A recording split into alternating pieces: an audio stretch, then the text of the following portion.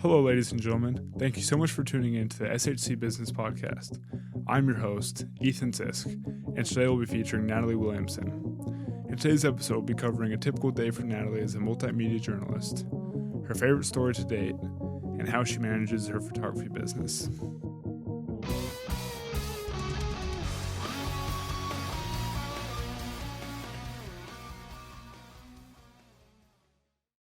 Good afternoon, Natalie. Hello, Ethan. How are you? I'm great. It's a fine Tuesday on the Hill. It is, that's for sure. Thanks for having me. Yeah. So you graduated from Spring Hill last year. I did. I graduated in May. I studied communications with a focus in broadcast journalism. So I really enjoyed my time at Spring Hill, and I always tell everybody, Spring Hill is the place to go. It is such a great, it's such a great environment for learning, and I love it. I agree. What brought you to the Hill in the first place? So I'm from Mobile. I grew up in Mobile, born and raised, and I knew I wanted to stay local. And I also played golf. So I was on the golf team here and got the golf scholarship, which definitely added to. That's huge. Yes, it was a great opportunity, and that's how I really made a lot of my friends was through the golf team, because with me being at home, I lived at home all my college career life, and I didn't have that opportunity to live on campus and meet a lot of people, so it gave me that chance to create friends and just, I really enjoyed it. Yeah. I'm friends with several commuters as well, and Miss Lariviere, the business professor, really wants to develop something for commuters, like a space. Yeah. Do you think that's something you would have taken advantage of? Absolutely. I mean, like I said, I was very thankful for the opportunity to be a part of a team where I could make those friends. Whereas, if I did, I'd like to believe if I wasn't on that team, it would be really difficult to make those friends, because everybody else lived on campus and they would hang out every minute of every day. They'd go to these parties, and I'm at home. I don't have strict parents, but I've got parents that are, they want to protect me and make sure that I'm okay. So it was like, be home at a certain time, because not a lot of good things happen late at night. So, and they're right. yeah, that's very true. I learned that for sure. It took a while to believe my parents on that saying, but I heard somewhere it's like, the older you get, the smarter you think your parents are. That's right. You kind of align with the reasoning. Exactly. And I heard something, it was like, you become your parents as you get older. So I think that's true too. I mean, I've got a 7-year-old niece and a 1-year-old nephew, and sometimes when I'm watching them, I'm their caregiver at that time, and I realize, some of the things that I do, that's what my parents did, and it's it's true. So yeah. The hardest part about growing up, though, is that your parents grow up with you. Yeah, that's sad. It is. Gosh. It is. I know. I've known my mom just had surgery. She had 2 hernias. Oh, man. My dad just had knee replacement last year. But I mean, they're up and running. But it's just like, you look back at old pictures and you're like, man, like we are just getting older. You can't get any younger. And it's really sad to think about it in that way. But also, it's a special thing to be able to do that with your parents, for sure. And since they got those 2 kinks out of the way, I'm sure they'll be good for another 40 years. Yep, exactly. Now you work in news. I do, yeah. Can you describe to me what your role is? So I am a multimedia journalist for Gulf Coast Media. We are based in Foley, Alabama. We cover all of Baldwin County, and there's 4 reporters. 1 of them is mainly our sports reporter. So there's technically 3 reporters. I'm responsible for, everybody's got their own beat. Someone's a lifestyle reporter, a sports reporter. I'm doing government, profile stories, even sports. And so I'm kind of all over the place. While my role is a multimedia journalist, I don't get to be in front of the camera like I want to be. But, I'm responsible for making videos, doing photos, and telling stories in different types of mediums. And I really enjoy that. So you and your team that covers the other sectors, is it a team or is it like different divisions of your news platform? Yeah, so it's a team. We all wear many hats. We've got, of course, our editors who are responsible for reviewing the reporter's work and making sure that they're doing the right thing, that it's AP style, there's no errors in spelling, things like that. And then you've got our publisher who's making sure that we're talking about the things that need to be talked about. We're covering topics that are important within the community. And so I would say it's a team effort for sure, but there's, of course, you've got the bosses and the bosses' bosses and stuff. So I enjoy it. It's a small team, but Baldwin County is the size of Rhode Island. So we are covering almost what I would consider to be a state. And we've got 4 reporters that are doing it, and it's a big job, but we get it done. What's your favorite story you've covered so far? Oh my gosh. So I covered this story. It is probably one of the biggest stories that I did. I was working at Gulf Coast Media for a little over a month, and I started May 8th, 2 days after graduation. No break for me. Wow. Yep, no breaks. And I got word that there was this music festival that was being hosted in Robertsdale. And, I kind of put it on the back burner. I wasn't thinking much into it. Well, I get a call from someone who was going to be performing. Now, the style of the music festival is called rockabilly, which is described in like Elvis Presley type music, like blues, rock and roll type stuff.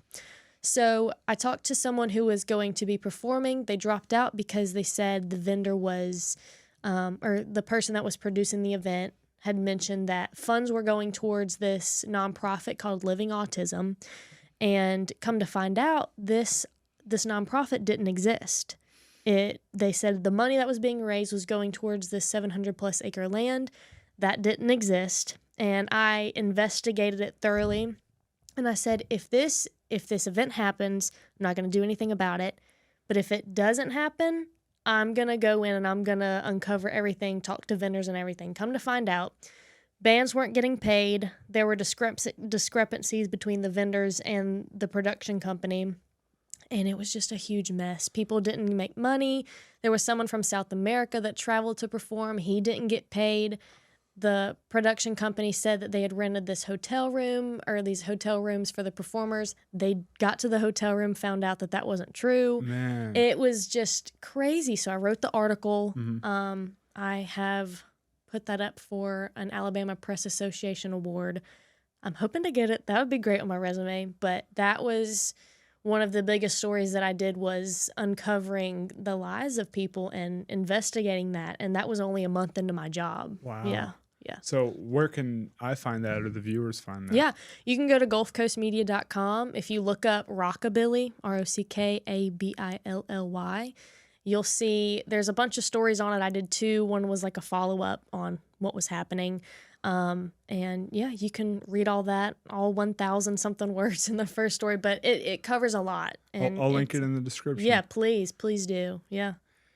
So you kind of followed after it, wrote it, and then it gets maybe refined or edited by the team? Yes. Gotcha.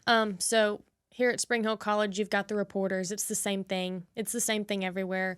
That's with reporters. You've got people who are editors that are responsible for making sure it's in AP style. So journalists use this thing called inverted pyramid style. So you start off with the most important thing, but you don't give too much away. And then you go down the list of what's most important to like least important. So it's like an upside down triangle pretty much. And then you got the editors who are making sure that it's an AP style, it's addressing everything, there's no errors, and it's here for Spring Hill College. You've got the editors in the newspaper and the producers for BTV, and it's the same everywhere. So yeah. Is it normal to work your way up to maybe start in the industry as an editor and then get to broadcasts? So it just depends on where you are. Some people don't want to be in front of the camera. Some people want to be, and I want to be. With being a journalist, there's a lot of writing, and I've also seen growth from my work, because when I started out at Gulf Coast Media, of course, I was fresh out of college, and I knew AP style, but I saw how my editor was revising my stories.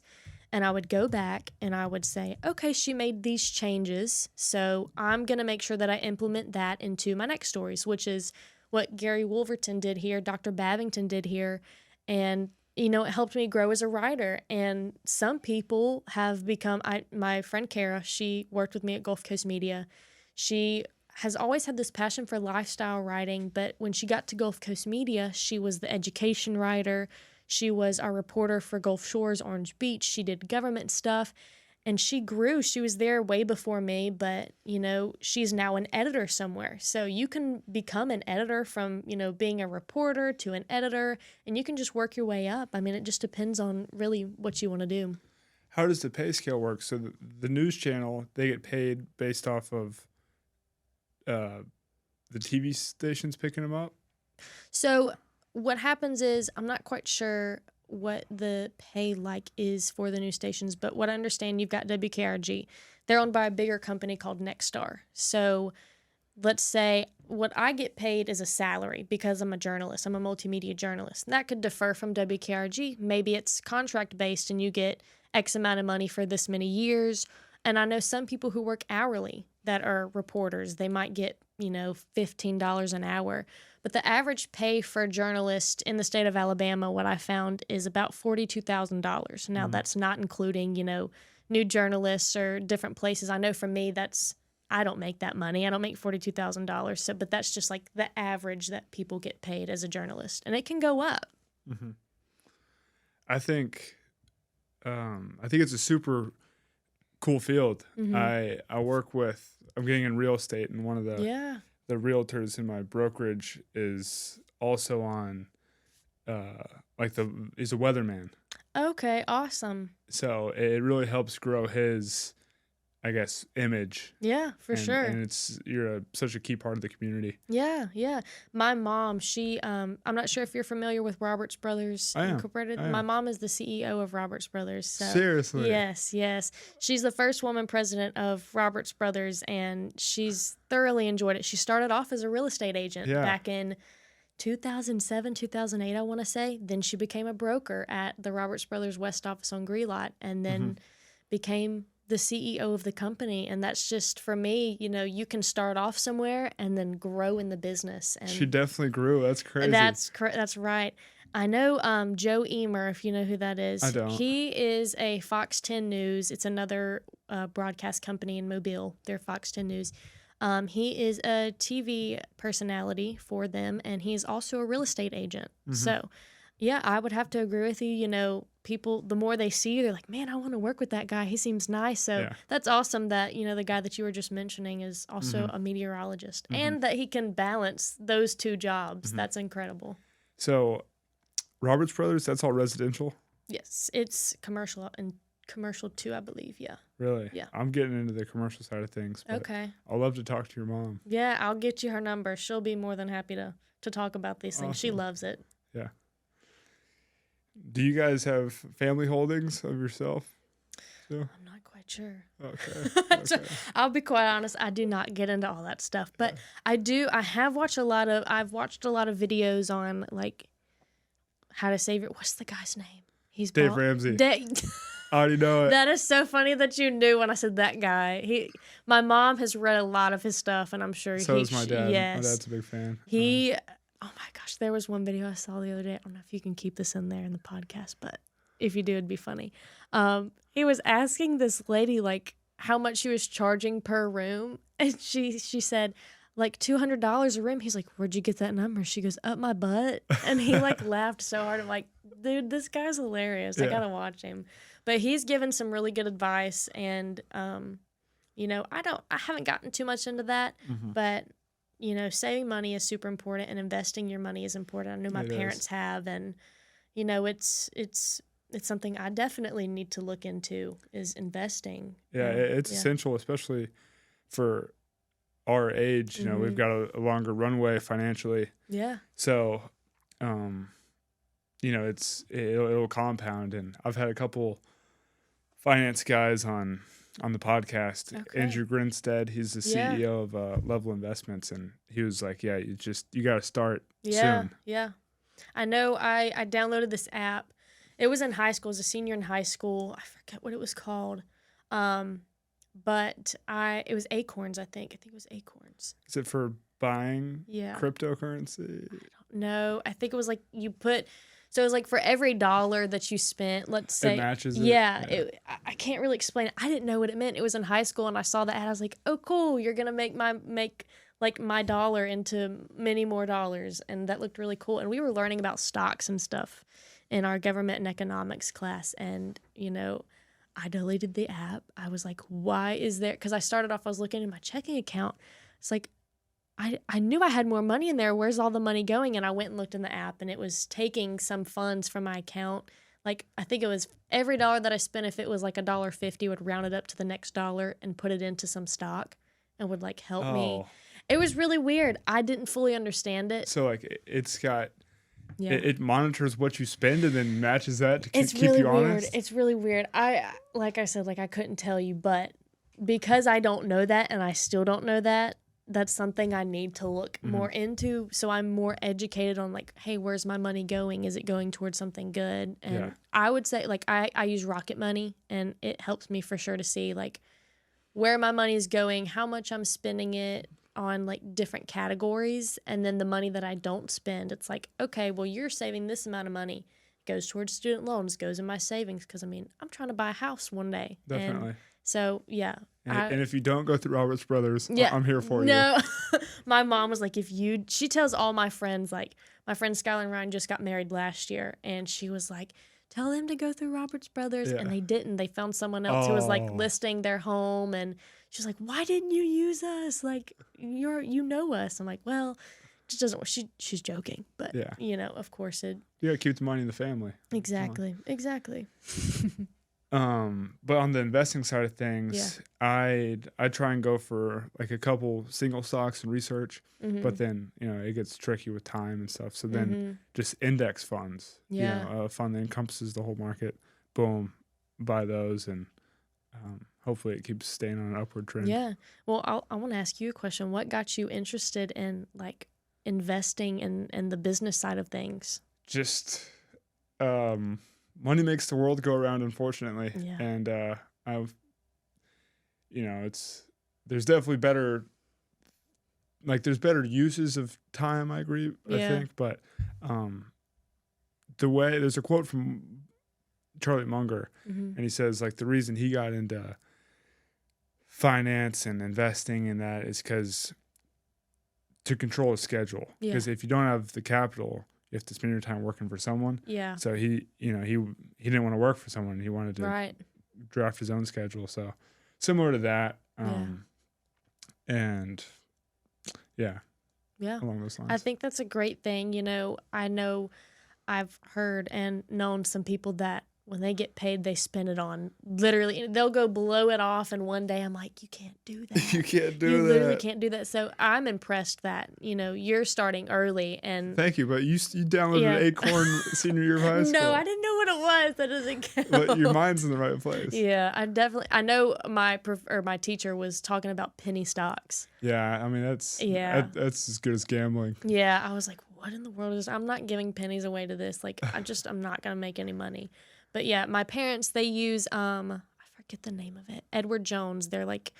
Financial advisor? Yeah, financial advisor. And the guy who is their advisor has used some of their money and like helped them put it into stocks and helped them invest. And, you know, if I were to want to invest, I would go through someone who knows a little bit more about me. So a little bit more about it than me, It's tricky with those guys sometimes because... there's like hidden like expenses. So, you know, like management fees. But you want to find a management fee that is only paid out when you're positive. Because let's say the market's down 20% and you bought the wrong picks and we're down 20% and you still take 5% of my money. No, you know, you've put me in this hole. It's hidden fees are crazy. You got to read the fine print always. You have to. What is a typical day like for you on the reporting? So it really just depends on the day. I am very thankful that I get the opportunity to have like I'm able to come here today. And I know some people would be working in a cubicle or, you know, typing words, working 9 to 5, but I have the opportunity. I've always been someone who likes to work ahead.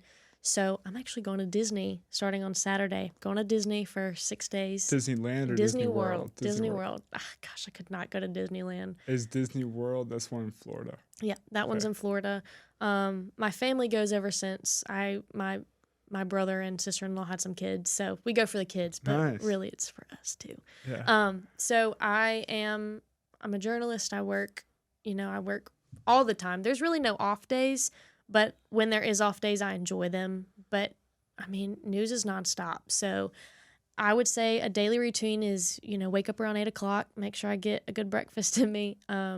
I check my emails, make sure that I get press releases every day. I'm sending them to my boss saying, hey, I'll rewrite this if I need to, making phone calls, setting up interviews to make sure I can be at a certain place at a certain time.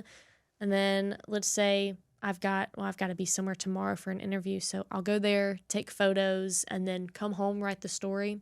So we've got deadlines that are Mondays and Wednesdays, because we've got 4 papers that go out. So I'm constantly working, making sure I'm staying up to date on the, headlines, what's going on in Baldwin County, and just making sure I'm staying in touch with some other sources, because, I mean, as a journalist, your job is to talk to people, but it's not just to say, okay, thanks for answering my question, see you later. I'm all about forming those connections because I want those people to trust me. So if there's like a fire late at night, they message me, say, hey, I don't know if you're sleeping, but just letting you know this is going on. I don't know if anybody knows about this, but I wanted to let you know. So it's like we formed that connection. So if I'm writing a story or not, I'm all about keeping up with these people and making sure they're okay, if there's anything I can do for them. So yeah, that's pretty much my daily routine. And of course I do photography on the side. So yes, that's one thing I was going to ask you about. Yes. So I started photography. I've always had a passion and love for it. I officially started my Instagram in 2021. It was a couple of days ago. Was my 3-year anniversary. Congratulations. Thank you. I started it March 30th, 2021. It was just going to be a portfolio. I was going to post pictures that I took and just show people. And my mom, working at Roberts Brothers, of course, she reposted my stuff, and some of the agents that worked for them were, do you do headshots? Do you do family photos, couple photos? And I was like, well, I mean, I can for money if you pay me. So, I mean, it all started from there, and I am thankful to have the opportunity to be able to do what I love, which is journalism, number one, and photography all in one. But also, when I'm off work, I will sometimes have photo shoots that I get to go to and capture those memories, which, it's so awesome. That's awesome. Yeah. Do you ever take pictures of the inside of the houses for listings? I have before, yes. Not many times. There are some people that are just a little bit more experienced and have some more high-tech equipment than I do. I know some people do drone footage. I'm like, I don't have the money to get all that. But, I've done it before, and I just haven't had many opportunities to do it. But if there are opportunities, then I do everything. I tell everybody, if you need photos of your baby shower, let me know. Photos of, you and your husband getting married. I'm actually doing a wedding this Saturday for some Spring Hill College alums. So nice. Yes, it's, anything you need photos of, I'm there. And I would say, I'm open to real estate photography. I just did some headshots for an agent downtown Mobile, and I've gotten into the real estate side, but not as much as I've wanted to. How do your rates work? So, unfortunately, I started off as what I call a bug. I was getting stepped on repeatedly, and I, wasn't calculating the time it took me to really edit the photos. I started off, my first rate was like $50 for 30 minutes. And I'm like, looking back, that doesn't really make sense because, I wasn't calculating the time it took me to drive there, the time it took for me to go through each and every photo and make sure that it looks good, the time it took me to edit them. And, now looking back, those were good starting rates. Now I charge by the hour. So I've started off my 30-minute session is $175. It includes 30 minutes of, photo time, 25 plus edited images. 25 is the minimum. And then I've got 3 to 5 day gallery delivery, and it's online. So, and that I feel, even with the other people that are photographers in the area, it's definitely a good rate to where I'm not just getting stepped on. I'm making money off of it to go towards, my Lightroom subscription, my Pixieset subscription. What is a Lightroom? Lightroom is the application. It's Adobe, so that's how I edit my photos. Yeah. And then Pixieset is is where I have my website where I can send invoices, contracts, and I upload my galleries through that. So it helps fund that, and I'm able to make money to go towards, I just bought a new camera. I just bought a new lens, so it's helping fund this business that I have. You sold your old camera to a good buddy of mine, Francis. I did, yes. You gave him a steal. I really did. That's why he made it seem too. No, I did. So I've known Francis since he got here, and I knew he was always asking people to like borrow cameras, and I saw his passion for it. He would send the photos to me and would show me his work. I'm like, dude, I love this. Like, I share this passion with you, and I see where you're coming from. And I remember one day he came into the IMC, and I was a senior at the time, and he asked if he could borrow one of these cameras, if he could sign one out. And one of the professors said, if you're not taking a photography class or if you're not in communications, I can't do that. And I saved up for many years, and finally I have a Canon R6 Mark II, which is a fantastic camera. I love it so much. And I texted Francis immediately after I bought it. I was like, hey, I want to sell you my camera. I'll give you the body, the bag, 2 kit lenses, and an SD card. And I'll give you all of that. I forget the price that I think it was like $200 something. I was like, dude, I'll give that to you. Because I went online and I'm seeing the bag was like $50 or $75. The camera was like $400, and the lenses each were about $100. Yeah, I swear each time I see him with the camera and ask him about it, he explains to me the great deal he got on it. I really tried to, because I was fortunate enough when I first started out with photography, my sister-in-law bought this Nikon D3000 camera from a yard sale for like $100. And that's what I used in high school to take pictures of football games, baseball games and stuff. So I didn't have to pay for that. But my first real camera was at Spring Hill College with the media kit that I got. And it really does a really great job of capturing those photos and getting those videos. So I was so happy to pass that on to someone else who shares that passion. That's very nice. Yes, well, thank you. I'm glad. Excuse me. I'm glad he enjoys it, because he'll still send me photos that he's taken around campus, and it's awesome. Yeah. He takes pictures for the fraternities and sororities. Yes. Some different athletic stuff. Oh, yeah. Yeah. He just got accepted into grad school as well. Oh, my gosh. Francis Purcell is going to Creighton for grad school. No way. Do you know what for? He, no, I do not know his specification, but he's getting it. He's got a great deal where he's teaching too, so he's getting it paid for. Oh, my gosh. That's fantastic. He's a great kid. I knew he'd do it. Yeah. Do you see yourself staying in news? Absolutely. So funny story. I actually just talked to my boyfriend about it, and some other friends, and they were like, why don't you do photography full time? And why don't you just like run social media? Because you could do this full time. And I said, I could, but I would not be satisfied with myself, because I have always loved journalism. I've always loved the news. And I started off at a young age. I started calling into this radio station, and it's a sports station. I would give the stats and updates on football games that my brother would play in. And I did that up until college. That was one of my biggest dreams, was to do sports journalism. And I've gotten the opportunity to do that. But the more, when I attended Spring Hill College, I got into investigative stories, profile stories, and still sports. And, I found a love and a passion that journalism is a way to connect with the community and give people a voice that might not have a voice. And so I'm able to use my talents and my abilities to share what's going on and, let other people know what's going on around them. And we have a responsibility to do that. And I love doing that. Are there certain people you look up to in the industry? Oh, my goodness. Yes, there are plenty of people that I look up to. Holly Rowe is one of them. She's a sports journalist. She's on ESPN. She does SEC sideline stuff. I mean, she's all over the place. And she just has this confidence about her of, I'm going to go up there and I'm going to get what I need. And I'm going to form those connections. Oh, my gosh. Steve Hartman is another one. He does on the road stories, and they're very heartfelt stories. You should definitely look one up. Okay. Every one of them makes you tear up. I mean, he's able to tell a story in a way that is so just heartfelt and really pulls the strings of your heart. And I think that's one thing that I learned here. We read a book at Spring Hill called Aim for the Heart, and it definitely helped me know that not only am I telling a story, but I'm I'm sharing this story and sharing someone's passion, maybe a profile story. So I'm sharing someone's passion.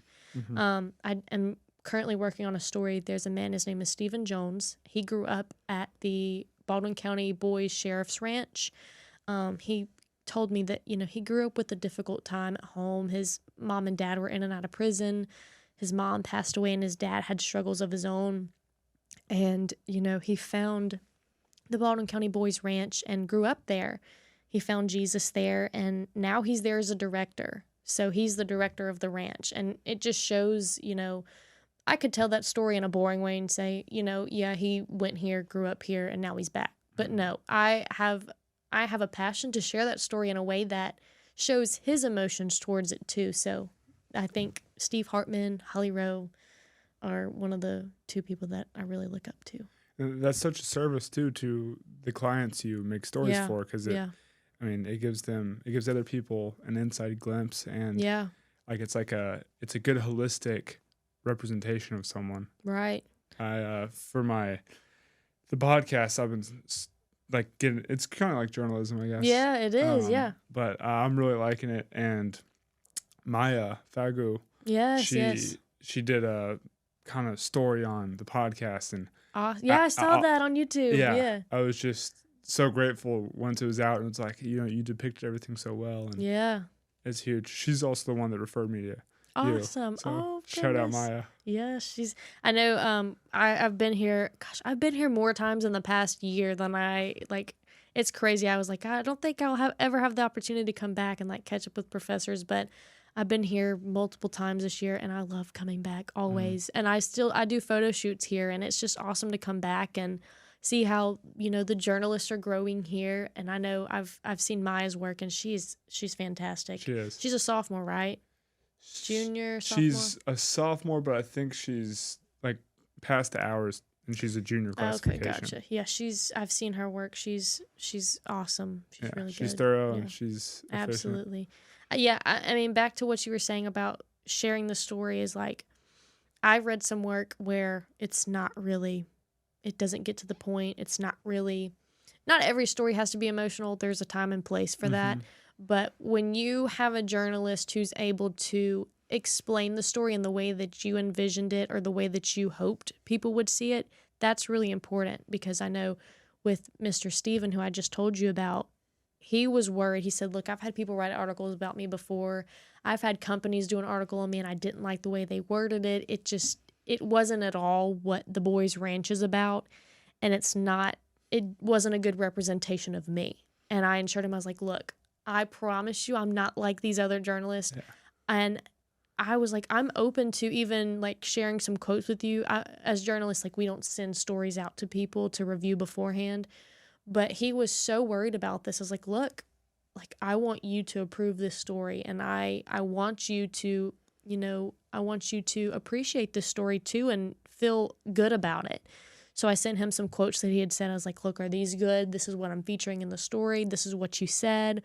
Is this okay with you? And he's like, thank you so much for doing that, because no one else has done that. It makes me feel appreciated and heard. So it's so important to do those things.